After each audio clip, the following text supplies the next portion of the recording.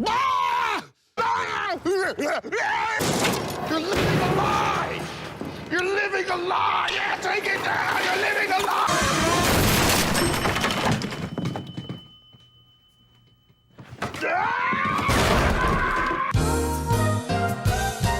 Alright guys, today's video is an absolutely massive one, even though it may not seem like it on the surface. The reason being is we are taking some time here to highlight something that the Vice President of Engineering over at Epic Games had to say about the PlayStation 5's hardware, and how apparently Epic Games is so impressed with the PlayStation 5's hardware, it's so impactful, that they actually went back and rewrote code for Unreal Engine 5. Now I really need you to let that sink in for a moment here. Not only are we not hearing anything like this being said at all about the competition, putting that completely aside here, you need to understand how significant that is.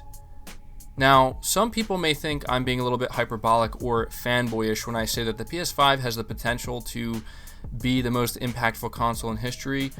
They might think that I'm being fanboyish when I say that, but honestly, the reason why I'm saying that is because of what I'm hearing from developers. We have spent a lot of time on this channel highlighting different things that many developers have said about the next-gen consoles in general. There have been many developers who said very positive things about the PlayStation 5 and its SSD and its I/O throughput, but the general sentiment across basically, I'd say almost all developers and publishers is they seem to be very excited about what they're going to be able to achieve with these SSDs and the I/O throughput and the bandwidth.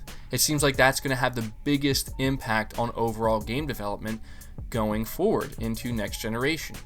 And so I need you to understand that we have Epic Games, who has pretty much nothing to gain by trying to prop up the PS5. We also know that Sony did not go out of their way to pay Epic to say this about the PS5, nor did they go out of their way to pay them to basically promote the PS5. It's very clear, in my opinion, when you hear the way Tim Sweeney and his colleagues talked about the PS5, that they are just genuinely excited about this hardware and what they're capable of achieving on it. But we have even more proof of that here. I'm saying this because, believe it or not, this is what a lot of people believe. They think that developers are not genuinely, at least big developers, right? Big developers who have really nothing to gain by doing this, like Epic Games, there's no way they could just genuinely enjoy the PS5's hardware this much. They're being paid to say this.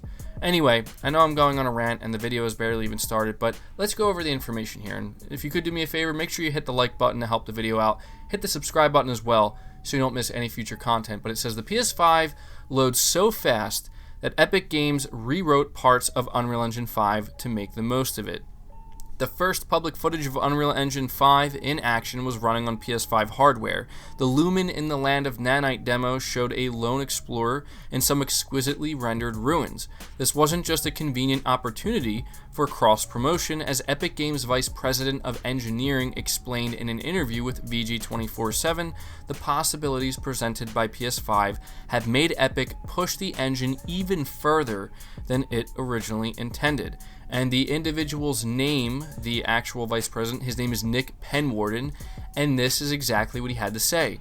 The PlayStation 5 provides a huge leap in both computing and graphics performance, but its storage architecture is also truly special. The ability to stream in content at extreme speeds enables developers to create denser and more detailed environments, changing how we think about streaming content. It's so impactful that we have rewritten our core I/O subsystems for Unreal Engine with the PlayStation 5 in mind. Now again, I need to let you take a moment to let this sink in. This is not a first-party studio or a first-party developer underneath Sony saying this. This is a third-party developer who's making a third-party engine, an engine that can be used by any platform, any developer, right? Any studio. It's them saying this. And so you have to understand what this means. What this means is that everything that we have been thinking about the PlayStation 5, a lot of the stuff we've been talking about here on the channel, it seems it's all true. When we think about, the idea that these specifications that are on paper maybe don't really actually mean so much. Maybe it's more about what developers are really going to be able to achieve, right? Like the final product, the end result. Not only is that what pretty much everybody's going to care about at the end of the day, but it just goes to show that developers, they're not about the power. Developers are about what is going to enable them to do things and achieve things that they've never been able to do before. And it sounds like the PlayStation 5 is going to do exactly that. Now, I'm not saying that this means that the next generation Xbox won't be able to achieve some same things, because of course it will. But you've also seen a lot of people go out of their way to downplay the SSD inside of the PlayStation 5 and the I/O throughput, right? And there's a lot of people who have claimed boldly that the only thing you're going to see are better load times.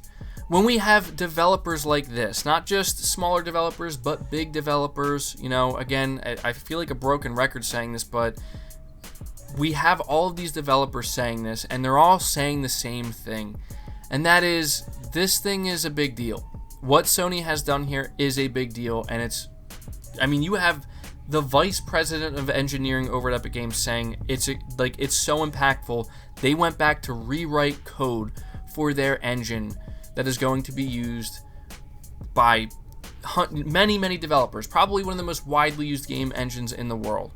I need you to think about that. And so anytime you see somebody trying to downplay what Sony is doing here, don't even pay attention to it. And that's the last thing I want to say in this video before ending it is, don't pay attention to what random people who are not developers have to say about what these next generation consoles will and won't be capable of, okay?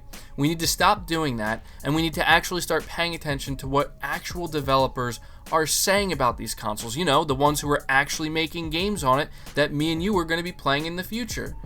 Those are the people we need to listen to, and if you listen to them, you'll find that not only are both of these consoles extremely exciting and are going to be awesome, but you also find that apparently what Sony has opted to do with this SSD technology is the right move, and it's going to be very impactful for game development long term. And it's so impactful apparently that Epic Games decided to go back and rewrite code for Unreal Engine 5 for the PlayStation 5. Not because they were paid to, not because they were told to, but because they wanted to. Again, let that sink in. So you think you're going to hear any of these people out here who are trying to convince you that the SSD won't be that big, big of a game changer, it's not going to be that much of a difference? You think you're going to hear any of them highlighting this? No, they're not going to. So that's why I'm highlighting it. So at this point, I'm going to ask you guys, let me know your thoughts down in the comments below. I will be very interested to see what you guys have to say. Leave the video a like if you enjoyed it. Subscribe to the channel if you're new and haven't already. Hit the bell notification icon so you never miss an upload. And feel free to share this video out on top of all that. But until next time, guys, take care.